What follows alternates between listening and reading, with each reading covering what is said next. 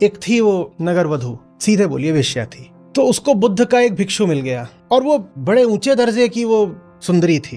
तो भिक्षु कुछ दिन उसके यहाँ रह गया। भिक्षुओं का काम कुछ दिन एक शहर एक गांव में रहते हैं, फिर आगे बढ़ जाते हैं। वो आगे चला गया, उसको नहीं रुकना। पर उसके जाने के बाद ये स्त्री कुछ और हो गई। तो रहा होगा कोई नगर सेठ वगैरह, कोई बड़ा भारी आदमी। वो बहुत समय से आशा में था कि प्रेम संबंध बनेगा। वो पास आता है, बोलता है कि हमारा संबंध बनना चाहिए। वो बोली मैं नहीं बनाऊंगी संबंध। वो शारीरिक संबंध की बात कर रहा था, बोली मुझे नहीं कर। उस व्यक्ति का भाव थोड़ा और गहरा हो गया होगा। वो बोलता है ठीक है, मैं तुमसे विवाह करने को तैयार हूँ। तो वो बोलती है नहीं, तुमसे विवाह भी नहीं करना। तो अब वो उखड़ गया, क्रोधित हो गया एकदम। बोलता है कि क्यों नहीं करना, तुम्हारी जिंदगी क्या है, ठीक है तुम्हारे पास रुपया पैसा बहुत है, बहुत तुम्हारे पास आते हैं, लेकिन हो तो तुम नगर वधु ही ना। तो फिर उसने उसको भिक्षु के बारे में बता दिया। बोली था कोई आया था, कुछ दिन यहाँ रहा, चला गया और अब वही है मेरे जीवन में। तो हंसने लगा सेठ। बोला वो चला गया, वो थोड़ी लौट के आएगा, पागल। भिक्षुओं का ये तरीका होता है, वो आते हैं रुकते हैं चले जाते हैं, वो लौटेगा थोड़ी तुम्हारे।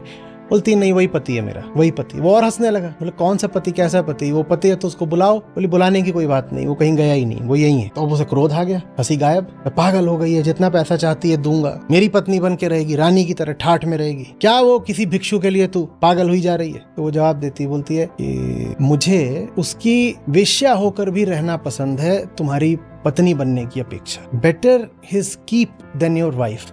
समझ में आ रही है? जिसको सच की सुगंध मिल जाती है वो फिर किसी भी हाल में जगत की दुर्गंध से सामंजस्य नहीं बैठा सकता। वो नहीं है, बस उसकी खुशबू है। तो भी वो खुशबू भारी पड़ रही है उन सब चीजों पर जो तुम मुझे देख के रिझाल उभा रहे हो।